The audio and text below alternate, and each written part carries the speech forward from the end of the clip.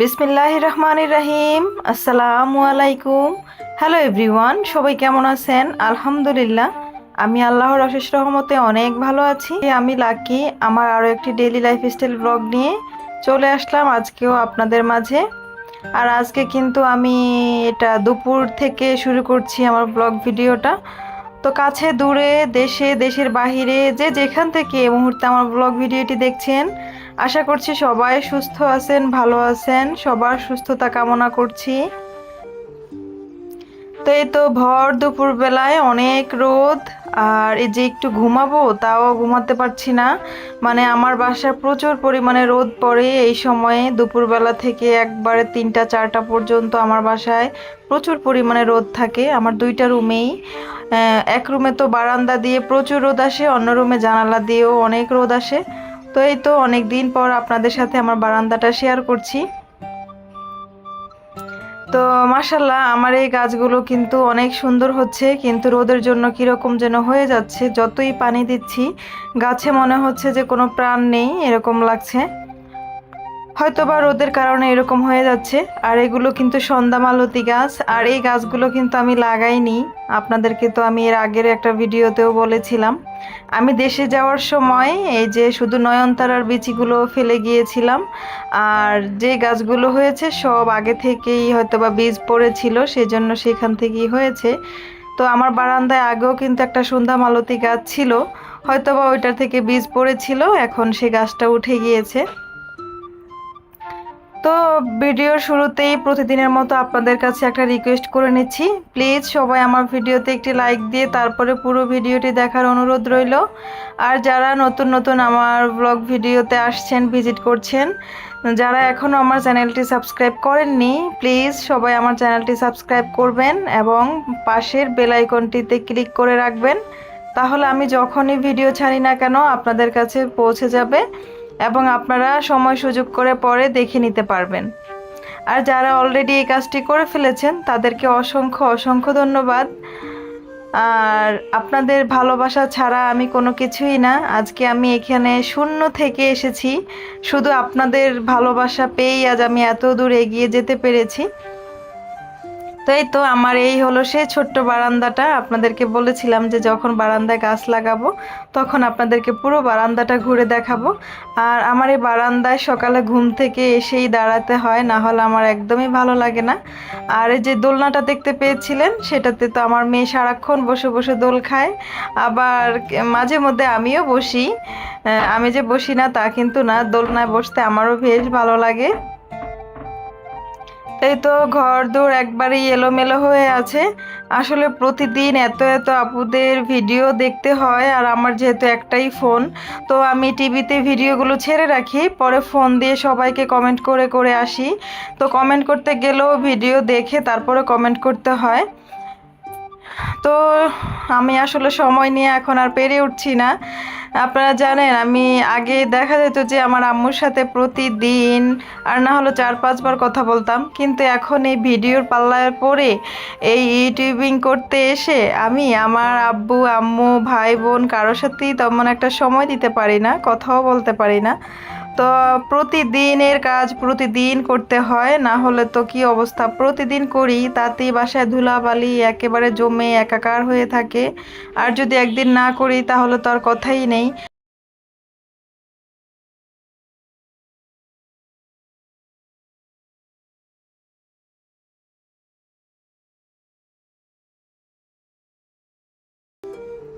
তো আমি আমার অন্য রুমটা গুছিয়ে এখন আমার বেডরুমটাতে চলে এসেছি, আর এখানে আমি আর আমার মেয়ে ঘুমাই। আর এই তো মেয়ে দুপুরবেলা ঘুমিয়ে আছে, মেয়েকে খাবার দাবার খাইয়ে আগে গোসল করিয়েছি, তারপরে খাবার খাইয়েছি, তারপরে যে মেয়ে ঘুমাচ্ছে। আর মেয়ে 3টার সময় আবার আরবি পড়তে যাবে, ওকে এখন ডেকে দিয়েছি যে উঠে রেডি হও। আর এই তো আমার এখানে কিছু থালা প্লেট নোংরা হয়েছিল, সেগুলো ধুয়ে নিব। আর হ্যাঁ, কে কোথা থেকে আমার ব্লগ ভিডিওটি দেখছেন আমাকে কিন্তু কমেন্ট করে জানাতে ভুলবেন না। আপনারা কোথায় থেকে আমার ভিডিও দেখেন এটা আমি জানতে চাই। আর আমি যখন দেখি যে অনেক দূর দূরান্ত থেকে সবাই আমাকে দেখে, তো তখন আমার খুব ভালো লাগে। আর প্লিজ সবাই আমাকে সুন্দর সুন্দর কমেন্ট করবেন, আপনাদের সবার কমেন্ট আমি পড়ি, আমার খুব ভালো লাগে। আর আপনাদের একটা কমেন্ট পড়ার পর আমার পরবর্তী ভিডিওটি বানানোর জন্য খুবই উৎসাহিত হই আমি। তো আপনাদের সবার কাছে আমার একটাই রিকোয়েস্ট থাকলো, আমাকে একটি লাইক দিয়ে তারপর আমাকে একটি সুন্দর কমেন্ট করবেন। আর প্লিজ কেউ স্প্যাম কমেন্ট করবেন না, লাইকের সংখ্যা উল্লেখ করবেন না। তো থাম্বনেলে কি লিখেছি, টাইটেলে কি লিখেছি, এতক্ষণে এটা দেখে তো সবাই আমাকে বকছেন যে থাম্বনেলে কি দিয়েছে, টাইটেলে কি দিয়েছে, আর এখন কি বলছে। হ্যাঁ বলবো, সেটাও আপনাদের সাথে শেয়ার করব। আর আমি থাম্বনেলে যে দিয়েছিলাম যে 12 বছর পরে যমজ সন্তানের মা হয়েছি, হ্যাঁ এটা কিন্তু আমি সত্যিই বলেছিলাম। তো এটা ছিল আমার ছোট কাকির যমজ বাবু হয়েছিল। আমার সে বোনদের ভিডিও আপনাদেরকে দেখিয়েছিলাম, তো আজকে সেটাই আপনাদের সাথে শেয়ার করব। আমার ছোট কাকার বড় মেয়ে, ওর নাম হলো ঈশা। আর ও কিন্তু বড় মেয়ে, তারপরে আবার এখন আমার আরও দুইটা ছোট বোন হয়েছে। তো আমার বড় বোন ঈশা হওয়ার পর প্রায় 10-11 বছর আমার কাকির কোনো বেবি হচ্ছিল না। তো তারপরে আবার এখন আল্লাহ তাআলা আমার কাকিকে দুইটা যমজ বেবি দিয়েছেন। আর দুইটাই মাশাআল্লাহ অনেক অনেক সুন্দর। ওদেরকে দেখলে মনে হয় যে প্রাণ জুড়িয়ে যায়। আসলে আল্লাহ তাআলা যখন দেন তখন মন ভরিয়ে দেন। কথায় আছে না যে সবুরের ফল অনেক সুন্দর হয়, সবুরে মেওয়া ফলে, সেটাই। তো আমার বোনদেরকে তো আপনারা দেখেছেন, যদি ভবিষ্যতে আপনারা আরও দেখতে পাবেন, যদি আবার কখনো দেশে যাই তখন ওদেরকে নিয়ে আরও ভিডিও বানাবো। আসলে দেশে গেলে এত পরিমাণে বিজি থাকি, এদিকে ওদিকে ছুটোছুটি করতে হয়, তারপরে এর বাড়ি ওর বাড়ি দাওয়াতে অনুষ্ঠানে থাকতে থাকতে আর তেমন বাসায় বসে কোনো ভিডিও করা হয় না। আমার ওই দুইটা ছোট বোন কিন্তু একদমই আমার দাদুর মতো দেখতে হয়েছে। আমার দাদু কিন্তু অনেক সুন্দরী ছিলেন। তো আমার দাদু তো এখন আর বেঁচে নেই, আল্লাহ তাআলা যেন আমার দাদিকে জান্নাতবাসী করেন, সবাই দোয়া করবেন। আর আসলেই হয়তোবা দাদু চলে যাবেন, সেই জন্যই আল্লাহ তাআলা আমাদের মাঝে আবার দাদুর মতোই সেম আমার দুই বোনকে পাঠিয়েছেন। এটাই তো, 12 বছর পরে আল্লাহ তাআলা আমার কাকির কোল জুড়ে এত সুন্দর দুইটা বাবু দিয়েছেন। আসলে দেখেন, আমি এটাই বলতে চেয়েছিলাম যে আল্লাহ তাআলা যখন চাইবেন তখন কিন্তু ঠিকই দিবেন, তার উপরে কারো কোনো হাত নেই। আর আল্লাহ তাআলা যা কিছু করেন ভালোর জন্যই করেন। তো এটা একটা সত্য কাহিনী ছিল। আর কাহিনীটা হলো আমার ছোট কাকা কাকির নিয়েই। আর আমার ছোট কাকিরই সেই দুইটা যমজ বাবু হয়েছিল। আমার বড় বোনটা হওয়ার পরে আর আমার কাকির কোনো বেবি হচ্ছিল না, তো প্রায় 10-11 বছর পরে এখন আবার দুইটা বাবু হয়েছে। তো সবাই ওদের জন্য দোয়া করবেন। আর বাসায় কিন্তু পানি ছিল না প্রায় 3 দিনের মতো, তো সেই জন্য কাপড়গুলো পরিষ্কার করতে পারিনি, কি এক অবস্থা, কোনো রকম একটুখানি খেয়ে বেঁচে আছি। তো আজকে সেজন্য অনেক কাজ পড়ে আছে। আর সকাল থেকে কোনো রান্না বান্নাও হয়নি, মা মেয়ে বাইরে থেকে সকালে হাবিজাবি কিনে এনে খেয়েছি। তো এখন এই তো আমি কাপড় চোপড় ভিজিয়ে রেখে এসে রান্না করতে চলে এসেছি। আর রান্না করতে করতে আমার কিন্তু এখন একবারেই সন্ধ্যা হয়ে গিয়েছে। এখন তাড়াতাড়ি করে রান্না শেষ করব, কারণ অনেক ক্ষুধা লেগে গিয়েছে। আর আমি কিন্তু সন্ধ্যায় আবার পুরিও এনে খেয়েছি, আপনারা হয়তো বা দেখতে পেয়েছেন একটু আগে, কারণ অনেক ক্ষুধা লেগে গিয়েছিল, সারাদিন অনেক কাজ করা হয়েছে। আপনাদেরকে তো আর এত কিছু দেখানো যায় না বা দেখানো হয় না, তাহলে ভিডিও অনেক লং হয়ে যায়, আর লং ভিডিও কেউই দেখতে চান না। তো সেজন্য আমি শর্ট করে দিচ্ছি। আর আপনারা কিন্তু দেখতেই পাচ্ছেন আমি স্পিড খুব বাড়িয়ে দিয়েছি, কারণ আমি চেষ্টা করেছি সবগুলো ফুটেজ আপনাদের সামনে তুলে ধরতে। তো আমি শাক দিয়ে মাছের মাথা দিয়ে রান্না করলাম, রুই মাছের মাথা দিয়ে, কলমি শাক দিয়ে। আর আমার কাছে কিন্তু মাছের মাথা দিয়ে শাক রান্না করলে এটা বেশ মজা লাগে। আর রুই মাছগুলো আমি টমেটো দিয়ে শুধু ভুনা করব।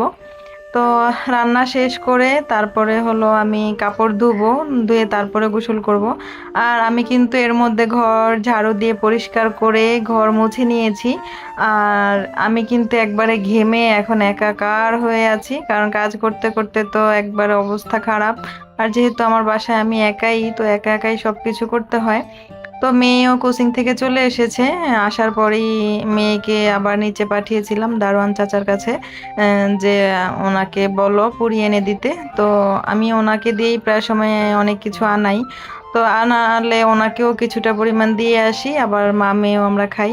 তো একটু খেয়ে একটু পেটকে শান্তি করে নিলাম, কারণ পেট শান্তি তো সব শান্তি।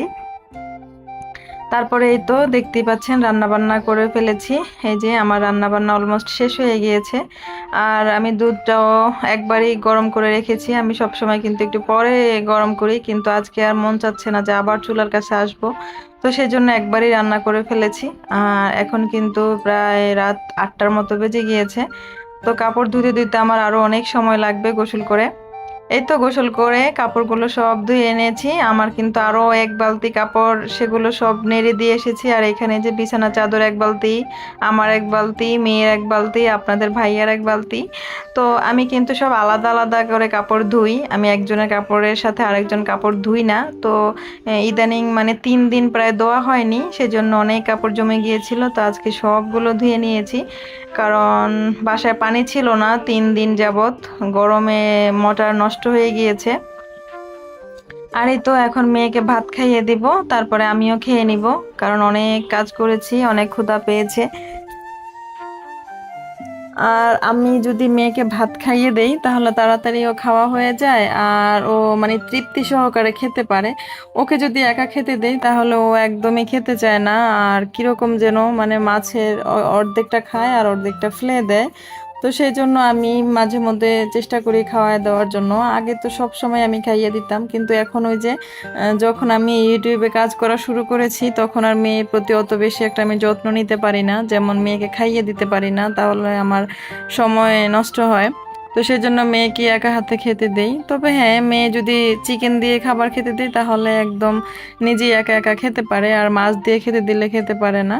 তো এই তো দেখেন ও কি করে। আমি বলতেছিলাম যে আমি এখন সবাইকে বলে দিব যে তুমি এত বড় হয়ে গিয়েছো, এখনো নিজে হাতে খাবার খেতে পারো না। তো আমার মেয়ে হাসতে হাসতে একাকার। আমি বলছিলাম যে দাঁড়াও তোমাকে দেখাই দিব যে এত বড় মেয়েকে আমার খাবার খাওয়াই দিতে হয়, সে এখনো মাছ বেছে খেতে পারে না। আর সে কি যে হাসি! আর মানে সারাদিন তো বাসায় মামিই থাকি, তো যথাসম্ভব চেষ্টা করি যে আমরা হাসি খুশি থাকার। আর আমি আর আমার মেয়ে কিন্তু অনেক দুষ্টামি করি, অনেক মজা করি। তো এই যে আমি এখন বলতেছিলাম যে দাঁড়াও তোমাকে দেখাচ্ছি, সবাই তোমাকে কি বলবে দেখো। আর সে মানে লজ্জা পাচ্ছিল আর বলছে যে না মাম্মি, আমাকে দেখায়ও না, দেখায়ও না। আমার ফ্রেন্ডরা সবাই কিন্তু আমার ভিডিও দেখে, তো ওরা সবাই দেখলে কিন্তু আমাকে বলবে যে তুই এখনো ভাত খেতে পারিস না নিজে হাতে। আমি মনে করি বাচ্চারা যতই বড় হোক না কেন, সন্তানরা যতই বড় হোক না কেন, বাবা মায়ের কাছে কিন্তু ওরা ছোটই থাকে।